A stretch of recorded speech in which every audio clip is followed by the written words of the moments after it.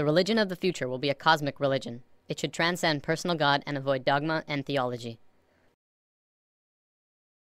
Can you feel it? A sort of anticipation growing stronger and stronger? Another way of putting it is time is speeding up. I've heard that discussion for a while now. I know most people have felt it at some point, maybe while watching the news or perhaps something in their own lives. Something big is about to happen. You can see signs of it all over the world. Revolutions rapidly spreading across the Middle East, protests occurring in America and Europe. Earthquakes are devastating the world, like in Japan, Myanmar, and Greece.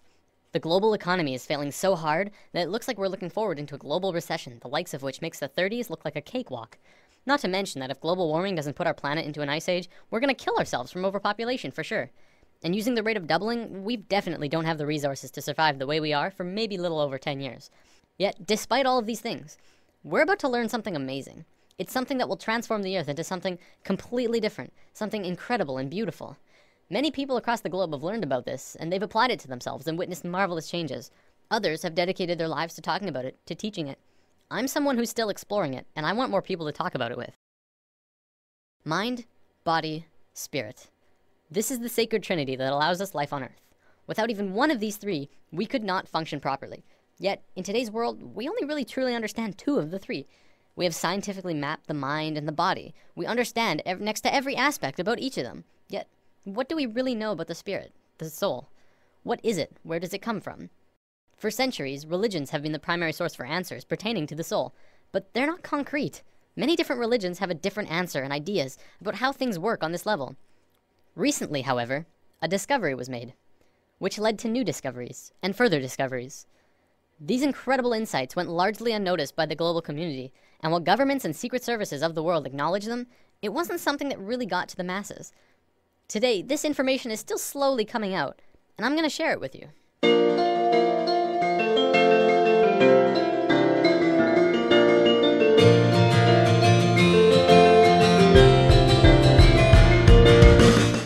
In the world of science, what do we really know about thoughts? We know we can measure them. By hooking up scanners, you can measure the frequency that are emitted when you think them. They're measurable, yet there isn't anywhere specific in the brain that holds them. Is it possible that you create your thoughts outside your mind? Maybe not. But is it possible that you create your thoughts into the external world from your mind? This is what we're going to talk about today. Have you ever had a moment where you knew exactly what someone else was going to say, about 2 or 3 seconds before they even started talking? Do you have a shared connection between a loved one or a pet, where you can always tell exactly how the other is feeling, or what they're thinking of, even if they're not really around?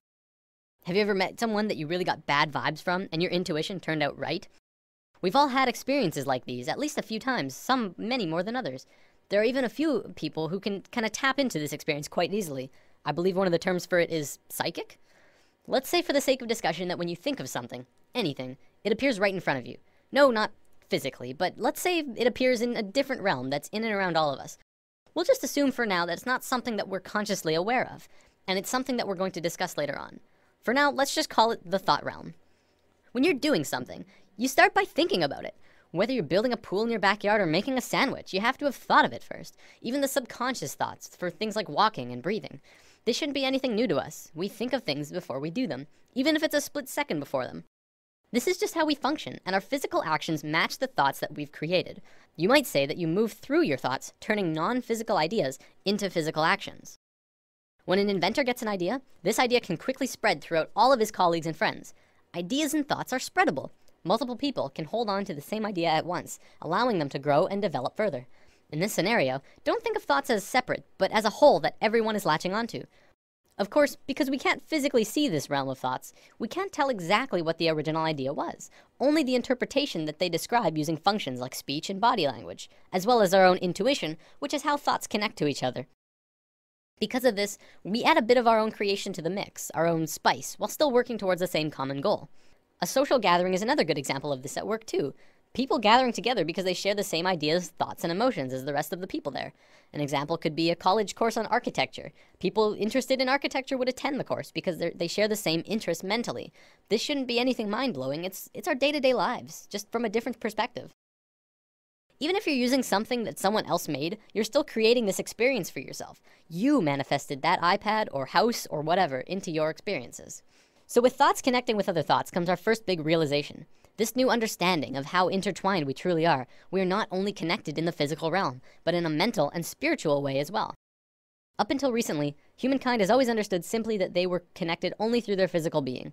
We assumed that the conscious experience, as well as all of the thinking, was totally 100% isolated from the rest of everyone else. The fact is, we're not. We are so connected with each other, it's almost impossible to believe. Think about almost every creature on Earth. What do we really know about the bond that connects them? Geese are able to travel long distances, switching who flies in front like clockwork. Many fish swim in large schools, and we know that they don't have a form of verbal communication. Our pets are able to communicate with each other without speaking. Yet, it's like they know what each other are feeling and connect in a very amazing personal way. Almost every observable creature on Earth has this connection with at least their own species, if not others. We as humans are the next step in life, but that doesn't mean we don't have this connection.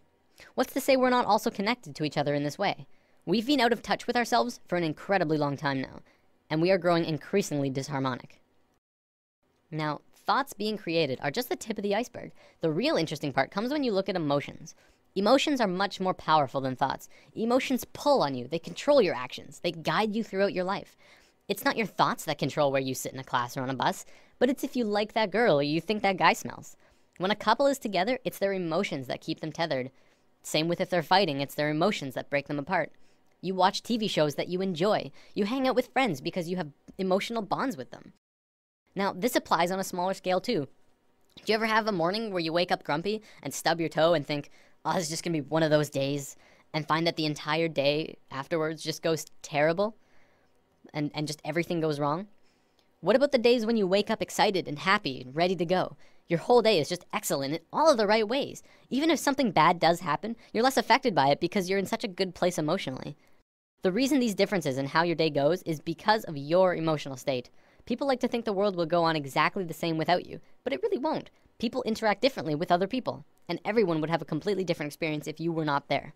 Imagine this scenario. There's a bully in a playground who's looking for someone to beat on. There's kids playing sports, kids skipping rope, kids on the swings, and then off to the side there's one boy sitting in the grass watching the rest of everyone play.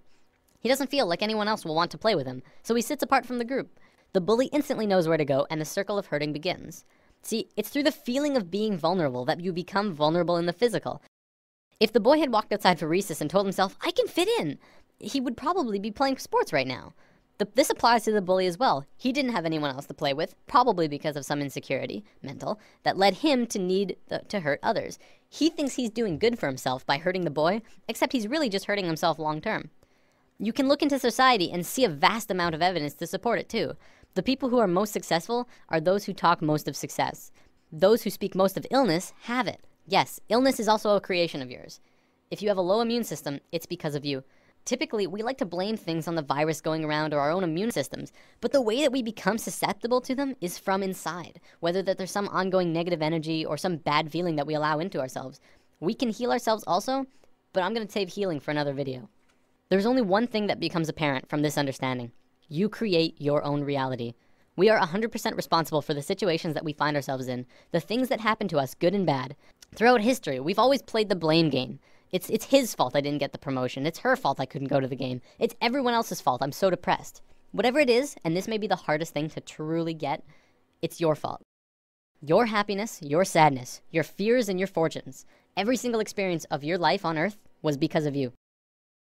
Many of us have heard of this thing called the law of attraction, which talks about something similar to this, but talks more about evidence and not much about this thought realm. Over the entire world, people have written in to tell of their amazing stories, where they've really focused on having what they wanted, and got it through miracles and coincidences. This is but a small piece in the vast ocean of the internal world that I'll be talking about. It is, however, very real, and you can literally change everything in your life by willing it so. I know this from personal experience, and it's not hard to find others who have too. One continuous argument I hear from people who deny this law of attraction is, you don't just think things and change everything by sitting on your ass. To which I reply, exactly. You never stop moving. Just change your mindset and continue on with your life. Create your emotions in your mind, then move into them physically. Don't let your emotions control you. Pull your thoughts into the physical realm. What can you do to change things? Just treat yourself. You don't have to have a crazy life-changing experience from this new understanding. Just buy that treat you wanted. Take that extra time in the morning to make yourself look pretty. Spend the extra $50 on those new clothes. If you're really upset, maybe you should buy that car. Do things for yourself that you know will put yourself in a good mood. Bring yourself up internally, then externally. You will not regret it. I want to bring up one more thing before I run out of time. There was a scientist in Japan a few years back who made an incredible discovery, but one that also went largely unnoticed or recognized by the global scientific community. Dr. Masaru Emoto discovered that by putting words on a side of a glass of water and freezing the water, you could change how the water would freeze into crystals. On a jar that said, "I love you," this is how the water crystal froze. On a jar that said, "You make me sick, I want to kill you," it froze like this. If thoughts can do that to water, just imagine what thoughts can do to us. Well, looks like I'm about out of time for today. Before I go, I want to leave you with words to sit on. For anyone who is looking for direction right now. You can have, do, or be anything you want. Namaste. Thanks for listening. There's nothing you can do that can't be done. Nothing you can sing that can't be sung. Nothing you can say, but you can learn how to play the game. It's easy.